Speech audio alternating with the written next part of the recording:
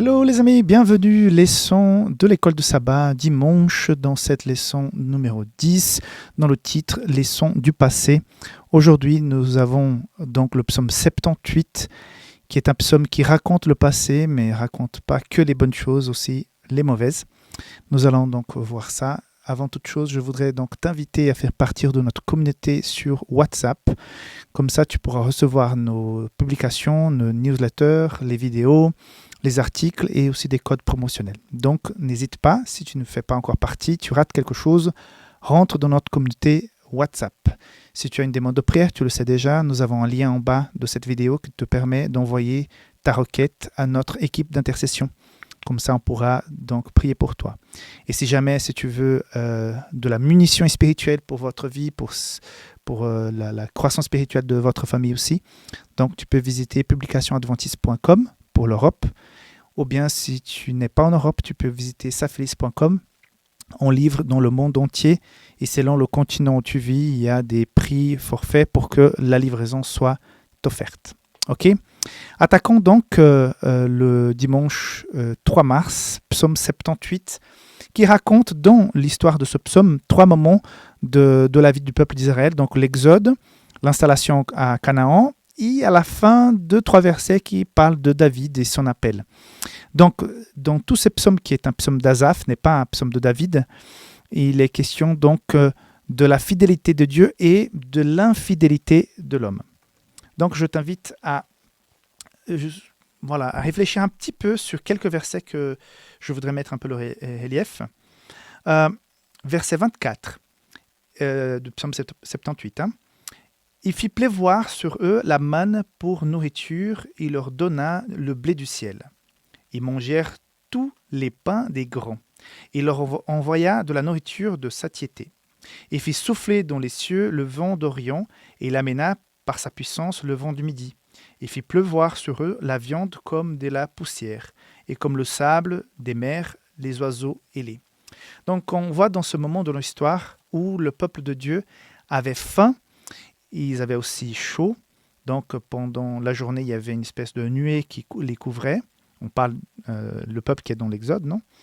Et puis il y avait la colonne de feu quand il faisait froid la nuit. À savoir que dans cette partie du monde, il fait très chaud pendant la journée et très froid pendant la nuit. On dirait Madrid, ici c'est la même chose. Il fait très chaud pendant la journée et très froid aussi la nuit. Donc on voit dans cette histoire que le peuple a été grandement béni.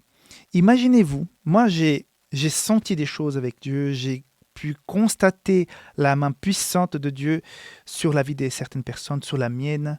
J'ai vu des miracles à quelque part, quand des gens qui étaient soit très malades, soit découragés, ont vécu un changement radical et qui sont devenus joyeuses, remplies de Saint-Esprit, qui sont devenus des bâtons spirituels. J'ai été témoin. Mais de voir des choses comme ça, la manne qui tombe, de la viande, de ces oiseaux qui tombent du ciel pour qu'ils puissent manger, la colonne de feu, cette couverture en nuée pour protéger du soleil, on peut se dire, mais ces gens, ils étaient vraiment bénis parce qu'ils ont vu ces choses-là. Et j'imagine qu'à ce moment-là, ils étaient très impactés. Mais ce qu'on constate par la suite de l'histoire, c'est que même ces événements marquants, extraordinaires, visuellement, marquant par rapport à la présence de Dieu, le peuple, c'est pas pour autant qu'ils étaient plus fidèles.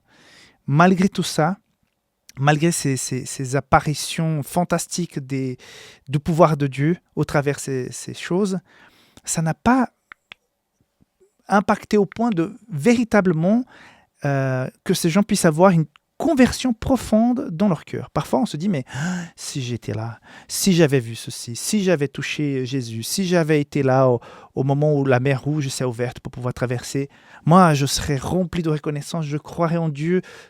Tous les jours de ma vie, je ne pourrais plus jamais me loin de Dieu.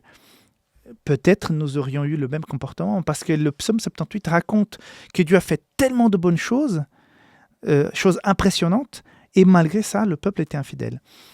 Et je pense que l'être humain, l'essence de l'être humain n'a pas changé. N'a pas changé. Nous sommes très semblables à ces personnes-là, qui pouvons parfois voir sentir, entendre des manifestations divines, mais que facilement, face surtout à l'épreuve, on oublie ces choses. Et on rend le bras de Dieu court parce que c'est comme s'il avait le pouvoir, plus le pouvoir d'agir dans ta vie, dans ma vie. Donc ce psaume 78, c'est un rappel.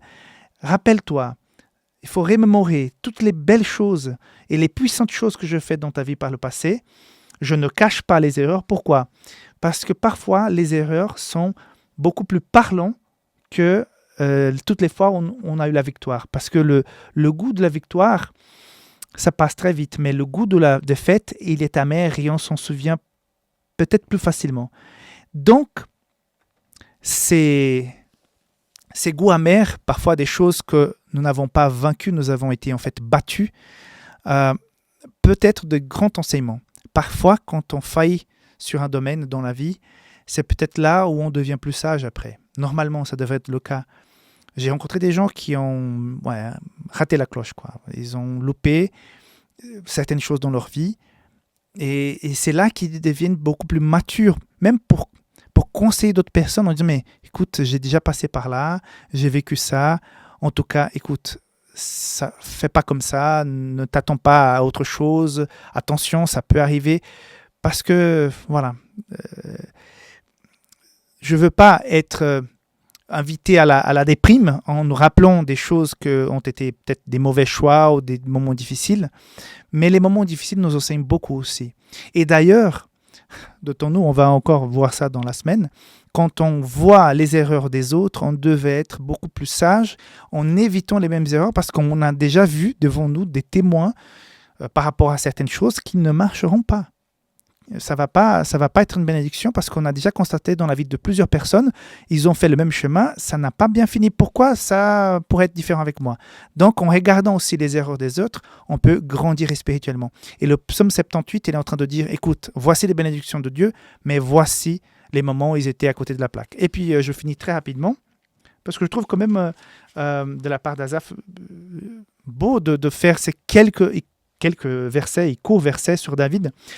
Il choisit David, son serviteur, il le tira des bergeries, il le prit derrière les brebis qu'il allaitait pour lui faire paître Jacob, son peuple, et Israël, son héritage. Et David les dirigea avec un cœur intègre et les conduisit avec des mains intelligentes. Donc je trouvais ce dernier verset qui dit que David était intègre et intelligent, vraiment une bénédiction parce que nous avons vu il y a 2 semaines donc le psaume 51 qui raconte le péché de David, l'erreur avec Bathsheba.